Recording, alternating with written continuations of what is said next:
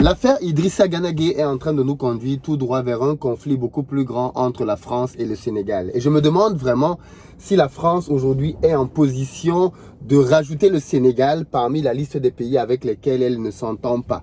Je rappelle que la France est déjà impliquée aujourd'hui dans une lutte contre la Russie, qui est bien évidemment la première puissance nucléaire au monde. Je rappelle que la France aujourd'hui s'est complètement brouillée avec les autorités de Bamako, avec lesquelles il n'y a quasiment plus aucune communication.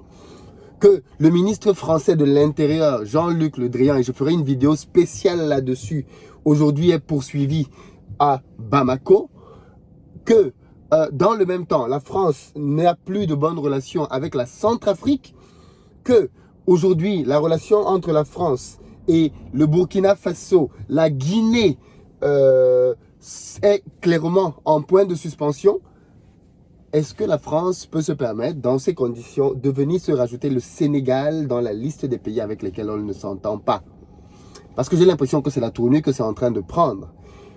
Et je ne sais pas si vous êtes au courant, mais Idrissa Gana Gueye a été convoqué et il va être probablement sanctionné. Il a été convoqué par le Conseil national d'éthique, quelque chose comme ça. Je vais vous lire ce que ce conseil-là a dit, et c'est très très grave. Ils disent que en gros, voilà des gens, j'ai l'impression, mais qui nous dirige en fait? Parfois je me demande, qui dirige nos pays? Qui dirige?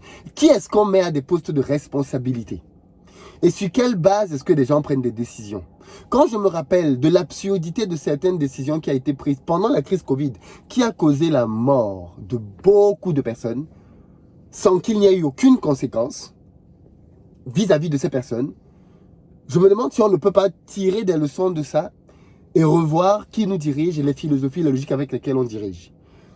Voici un conseil national d'éthique. Écoutez bien ce qu'ils disent.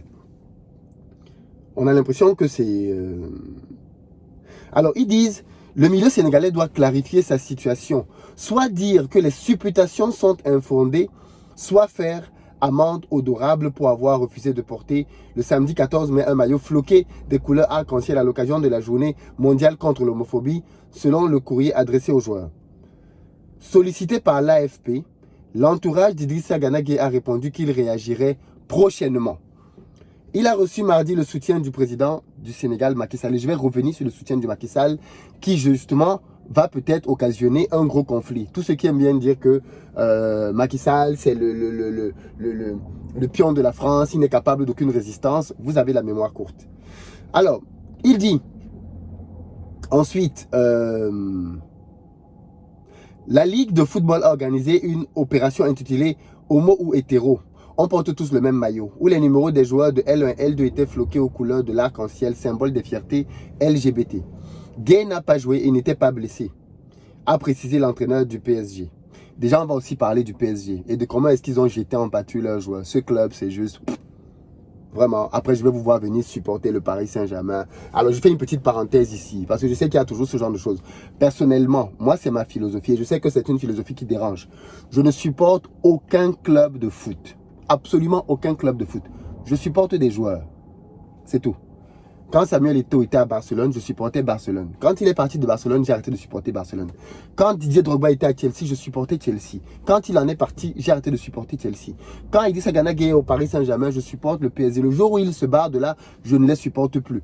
Point barre. Il n'y a pas de « je m'attache à un club, je supporte le club ». Vous voyez? Vous voyez ce qui se passe? Les dirigeants des clubs changent.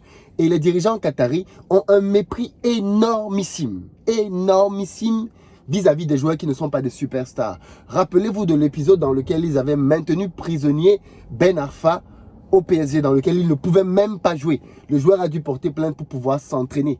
Voilà la mentalité des dirigeants qataris du Paris Saint-Germain. Donc ce sont des gens qui ont un mépris. Bref, là n'est pas le sujet. Ça, c'est un autre sujet. Le CNE, revenons à eux. Ils disent de deux choses l'une. Soit ces supputations sont infondées et nous vous invitons sans délai à vous exprimer afin de faire taire ces rumeurs. Soit ces rumeurs sont exactes. Dans ce cas, nous vous demandons de prendre conscience de la portée de votre geste et de la très grave erreur commise.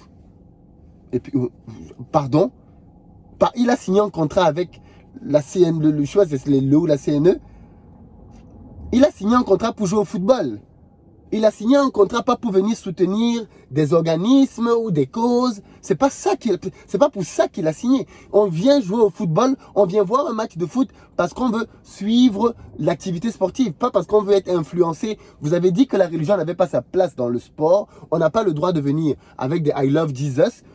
Pourquoi on vient nous parler de LGBT dans les matchs de foot d'abord? Est-ce que c'est la place? On nous a dit que la politique n'avait pas de place dans le sport, non? On a vu la FIFA venir interdire la Russie de jouer. Donc, prouvant bien qu'en fait, c'est faux. Quand ça vous arrange, eh bien, la politique peut s'en mêler. Quand ça vous arrange, on décide de supporter les LGBT+. Mais on ne supporte pas. Pourquoi? À quand une journée pour l'islamophobie? À quand une journée pour ça aussi? C'est un combat. Il y a des gens qui souffrent de ça. Il y a des gens qui, parce qu'ils sont musulmans, ils sont considérés comme des terroristes en puissance. Il y a des gens qui n'ont pas de travail, des gens qui n'ont pas de boulot, rien que parce qu'ils ont la foi musulmane. Quand est-ce qu'on va faire des matchs de foot pour eux? Quand est-ce que le CNE va se lever pour défendre ces personnes-là? Quand il s'agit de là, on n'entend plus personne. Allons jusqu'à la fin.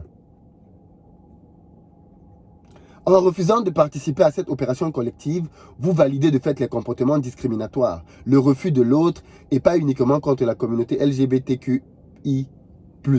Faux, faux, faux. Ça, c'est archi faux. Cet argument-là, il est fallacieux. De dire que parce qu'il ne participe pas, à un match de foot et porte un maillot, il est en train de valider les attaques que subissent les LGBT.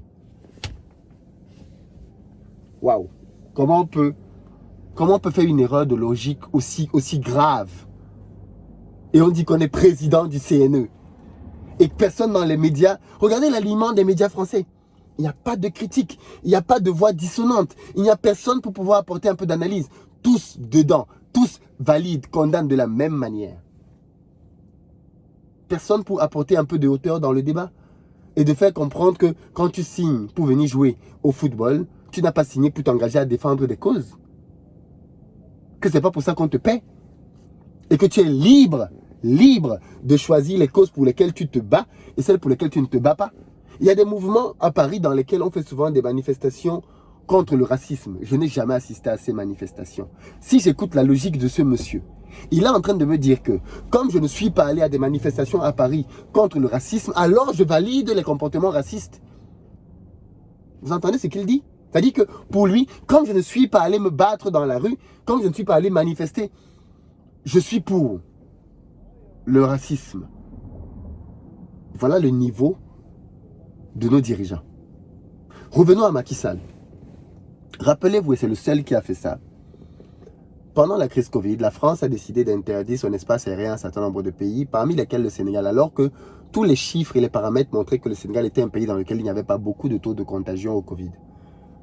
En réplique à ça, Macky Sall a décidé d'interdire la France au Sénégal. La France n'avait plus le droit d'accéder au Sénégal. Et ce, pendant 3 mois. Pendant 3 mois. Aucun Français ne pouvait accéder au Sénégal, sauf s'il était résident ou alors s'il avait une dérogation particulière. Macky Sall est le seul qui a fait ça. Le seul. Et à cause de ce geste-là, j'étais peut-être pas d'accord parce que j'estimais que économiquement, c'est contre les intérêts du pays. Mais il a démontré pour moi qu'il pouvait tenir tête et qu'il pouvait dire non. Je rappelle que Macky Sall a tenu tête à Barack Obama, l'homme le plus puissant du monde quand celui-ci était président, sur le même sujet de l'homosexualité.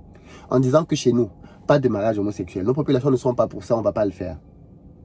Le même Macky Sall s'est empressé de tweeter, peut-être que c'était sous la pression populaire, mais il s'est empressé de tweeter pour dire au président, pour dire qu'il soutient Gana Gueye et qu'il faut le laisser tranquille avec ses convictions religieuses. Ok? Il a dit qu'il faut le laisser tranquille. Et depuis que le président Macky Sall s'est exprimé là-dessus, vous allez remarquer que la virulence de beaucoup de médias s'est calmée. Parce qu'on s'est rendu compte que, ok, ce sujet-là, c'est plus juste un sujet dans lequel on attaque un joueur. L'État du Sénégal s'est mêlé à ça. Et si on ne fait pas gaffe, ça peut avoir d'autres répercussions. D'où le fait que je demande si la France veut, en plus du Mali, se mettre à dos le Sénégal. Est-ce que la France veut se mettre à dos le Sénégal? Je ne suis pas sûr. Et pourtant, c'est peut-être ce qui va se produire à cause d'une histoire de maillot de football. Donc j'espère qu'on va avoir un peu de bon sens au sommet de l'État et qu'on va calmer tout le monde rapidement et tout de suite aller vers la désescalade. Parce que le sujet n'en vaut pas la peine. Le sujet n'en vaut pas la peine. C'est absurde de penser que... Rappelez-vous, ce que ce monsieur a dit est tellement grave. Les attentats de Charlie Hebdo. Beaucoup de présidents étaient venus en France pour soutenir la France, pour dire « je suis Charlie ». Ça veut donc dire que tous les présidents qui n'étaient pas venus en France pour soutenir la France sont des présidents qui valident le terrorisme. Je me rappelle à l'époque que le président Barack Obama n'était pas venu en France. Est-ce que ça voulait dire donc, d'après ce monsieur, que Barack Obama valide le terrorisme? C'est quand même très grave, ce type d'erreur de logique et de raisonnement. C'est très grave, surtout que personne ne relève et ne lui dise « Joe, calme-toi. Là, tu es allé trop loin. Là, tu as déconné. Là, tu as dérapé. Là, ce que tu as dit est archi faux. » Personne. L'heure est grave, les amis. L'heure est très grave. On ne peut pas continuer comme ça. Et moi, je pense que ça peut complètement péter. Dites-moi ce que vous en pensez. Mais le sujet vaut la peine d'être abordé parce que, vous l'avez bien compris, c'est un sujet qui est beaucoup plus large que le simple foot. On ne parle plus simplement ici de football en réalité. On n'est plus du tout dans le cadre simplement d'un match de foot. Ça touche beaucoup, beaucoup trop de choses.